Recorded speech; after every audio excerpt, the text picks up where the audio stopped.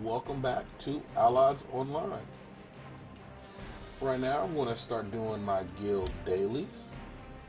These are the daily missions that you get every day to increase your guild loyalty. And you do them because it allows your guild to grow, get more experience points, as well as increase the level. Right here, I'm part of the guild Immortal Kings. It's a pretty good guild. Guild leader's name is Boohoo. And basically doing your guild dailies increases your, one, it gives you prestige, which is prestige is just a number that they have to determine how much, I guess, standing you have with the guild. But loyalty increases how much prestige you get by doing certain things in the game. Right now I'm at 37. I got the 36 yesterday, and today we're going to try to get as much prestige as within 10 minutes. These are the other people I have online: Tashuna, Deuce, Bounty, awesome people. They have 100.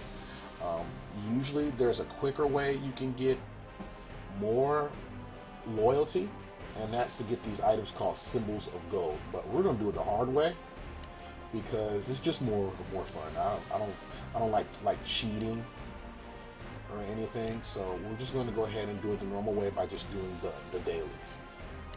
Alright, first mission I'm going to do is first of all, let's open up my quest log, which my quest log is full. And our first mission we're going to do is,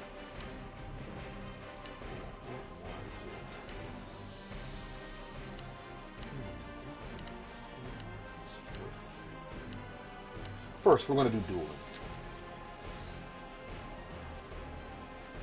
Dueling, you basically get this little hand icon thing. It's basically the challenging gauntlet, and and you basically summon this little shadowy dude here, and you basically just kill him. And if you defeat him, you'll finish the mission. So here we go. Drop the turret down. Ash the guy.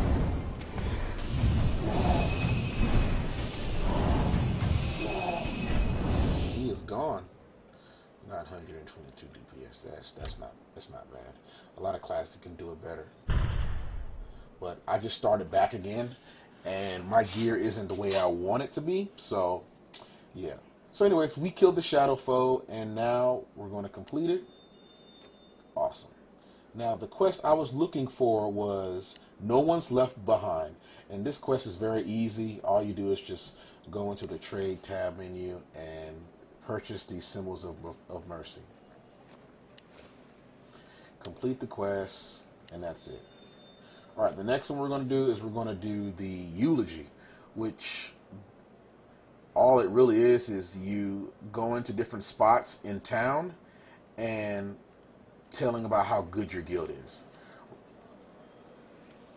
Jump off the balcony, take a little damage, then go to the portal keeper. Actually, one of the neat features about this game is that you don't actually have to run to certain locations. This game has this little yarn ball thing, and if you click on the yarn ball, it actually takes you to where you have to go. It automatically opens up the portal and basically just wheels you there. Now, I will say, in my experience, I have had this little yarn ball thing take me through a lot of enemy camps and kill me. So just be careful. Don't AFK when you're using this little auto move feature. Don't AFK. Stay active, because you never know. Like, you might get somebody trying to kill you or something, and it's just bad news. Just be careful. It's a good feature, but it isn't something you just totally rely on. But all right, we're going to go ahead, and we're here now. This is Bork Quarter, and we're going to use Z. This is our action button to use the Triumphal Gate speech.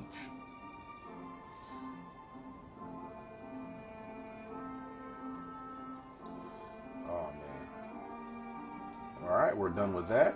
Click the next place. We're going to Old Square.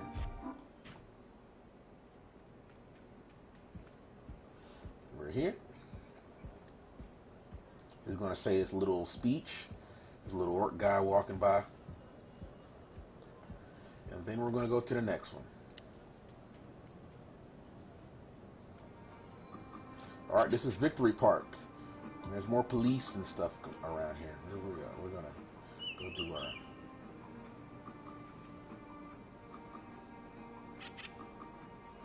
Awesome. Quest is done.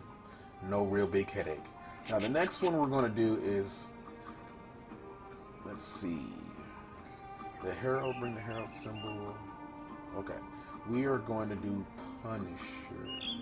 No, hold on. Let's check the quest log. Yes, League Punishment. We're going to go kill 20 League Champions / Surveyors in Kingdom of Elements. Mouse Ball or Yarn Ball is going to take us there. Kingdom of Elements is a very... Hold on. Ooh, see, it's taking me over here. You don't have to do that. Kingdom of Elements is a pretty interesting zone. It's basically a zone where they have these 5 different little floating lands, which they like to call mini Allods, and there's like a whole bunch of stuff you can do here. Lots of mobs your level spawn here. Every expansion that you get, it always updates this area. I guess Allods loves this area, and they kept it for the last couple expansions. So it's what you do is you just complete missions here in this area, and they give you relics of Kingdom of Elements. And the relics of Kingdom of Elements are used to purchase pretty cool things like Symbols of Gold, which gives you gold, crafting material mats, and I'll make a video about crafting later. Herders, goblins, like goblin things. These are for your private Allod maze, if I'm not mistaken. And they're there to help protect your Allod. Again, I'm not very well versed in the private Allod. I'm actually on my way on making it, and I'll make a video about my private Allod too once I get on there. But basically, these are your goblins that you can use. You can buy these and put them on, and I guess they protect your place as well as earn you gold and stuff. And there's traps and things like that. These are the things I was talking about, the Symbols of Gold. You can get these, and it increases your loyalty for your guild by 10. So it basically makes the process faster, as well as you can get mounts, which is, this is not very fast mount at all. I don't know why it costs this much, but I guess if you don't have any of the other mounts from the collector's pack, this is a pretty good one. Burial coin, PvP stuff, meat jelly. Ugh, meat jelly. Write in the comments if anybody knows anything about meat jelly, if that's like a thing that people eat. So let's cheese. We all know everybody eats cheese. Crispy smelts of stuff. This is cherry tea. I wouldn't mind some cherry tea right now. And these things right here. Flaming Insignias of Defense. Now, I won't go that much in detail about what these are, but basically when you get to max level, you are able to change the stats in your gear, on your crafted gear. And what this is basically an unlimited item for 30 days, which allows you to change either your defensive stat or your offensive stat. So this is very important when you're swapping gear and swapping classes and all that. Hold on, why are they using my Pegasus, my pretty Pegasus? We're going to use my hoverboard, self-lane. Anyways, let's get going. This is a mount that I have that I got from the collector's pack. It was for us, it's like $44.99, but I'm not sure how much it costs for Euro or anyone in the UK. But it's one of the fastest mounts, and it's pretty cool. Most of the time when you get a collector's pack, I would recommend you get one because it gives you a lot of decent stuff. Sometimes it's cosmetic, but a lot of times it gives you one of the fastest mounts. And be honest, in this game, you want the fastest mount. Also get this little extra action button here, which allows you to jump forward, and which can be very, very useful, and it looks cool. Also, the standing animation is press space bar, flips the board. But anyways, you're going to go to this dude named Leo Orden, and we're going to pick up the quest, taking part in murdering Zircon Kostrov. Click that. No League players are here, and if I want to later, I can get this quest, but we're not worrying about that right now. We got to go kill these League mercenaries. Well, what are they called? League mercenaries and wizard people. And they are also, the opposite faction has a quest to kill ours too. These are our NPCs and these are their NPCs, League soldiers and surveyors. So just give me a second and let's start mowing these guys down.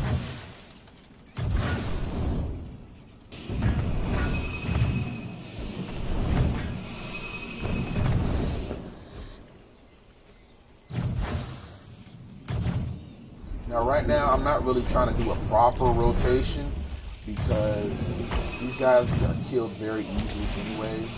It's going to take time. I know a lot of other classes can kill them a whole lot faster than I can. But basically my main rotation is just me summoning my turret as many times as I can, hitting them with my bacteria bomb and frag bomb, and hitting them with my volley shots. My 2 volley shots I use on an engineer class is toxic volley and grape shot, which I'll do a video about what my class is. It's an engineer and they're actually a pretty fun, versatile class. Not many games have an engineer class. And this one, it does it pretty well. Now I will say it does have a lot of things that could get better at doing, but right now it's a pretty good class. One thing I will say is the class could be better with multi-killing or AoE. That's just me. Again, my gear is not as good as some others, so it might take me longer to kill things, but I'm playing pretty good DPS. I'll have a problem if I wasn't doing at least 1,000k.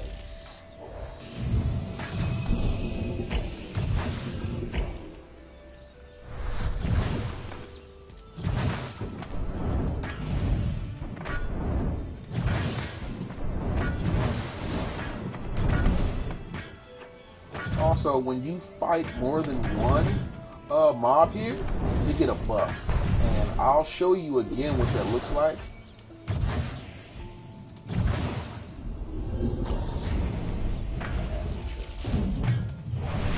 It's called Bloodlust and increases their movement speed and damage dealt, and their Bloodlust is increased. So Bloodlust in this game is basically a stat where it increases how much healing you get from the damage that you deal. And mobs or NPCs have it, as well as characters do it. And the more mobs you have together, the more they can heal off of each other. So that's basically what that is. We're almost done. We got 13 down. Pretty good.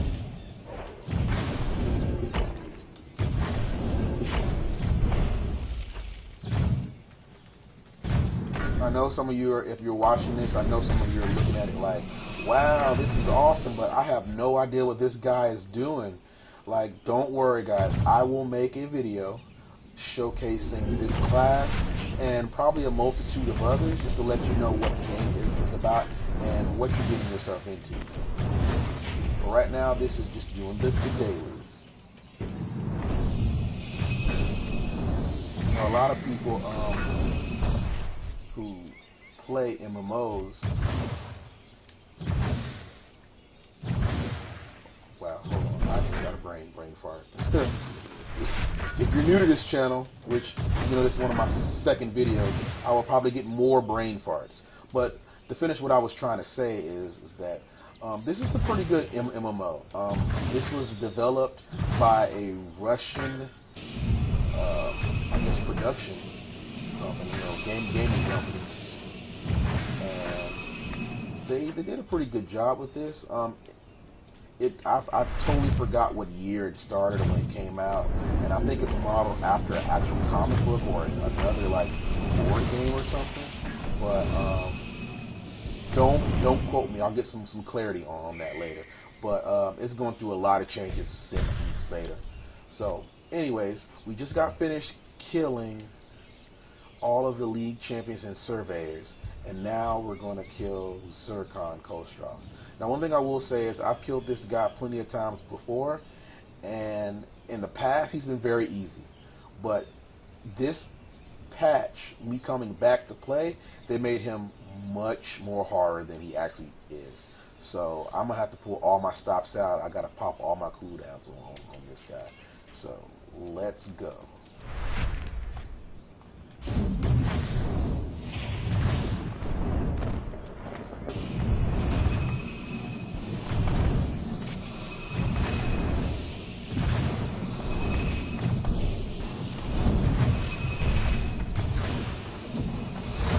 What I'm doing, I'm just dropping all my turrets, and they're buffing my damage as well as buffing my enemy's damage.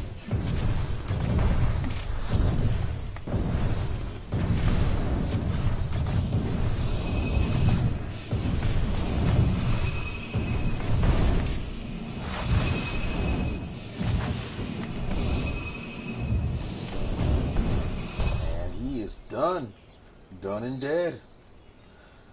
Alright, that wasn't too bad, and my DPS is pretty high too. One thing about the engineer class is they revolve around a lot of cooldowns. They're a cooldown rotation class, and they do pretty good burst for short fights. But if you played any MMOs or know how like raiding goes, or any long fights more than like five minutes, they kind of hurt. So in order for you to increase your DPS over a longer period of time, you're going to have to space out your cooldowns. But again, I'm not going to get into that. I'll make a video in the future about that later, teaching you at least what I think how this class should play. Alright, we just turned in our quest, and now we're going to go back. It's actually a pretty beautiful area, Kingdom of Elements. In previous patches, the Kingdom of Elements did not look like this. They've actually did a pretty good job. Oh, here's a rare mob. Yes, Allods does have rare mobs, and they drop rare loot. And if you play any games like World of Warcraft, that's not like anything new, but just one of those cool things. But at least you can see that it's a rare mob by they have a crown on top of their heads, and people in this game call these mobs crown mobs.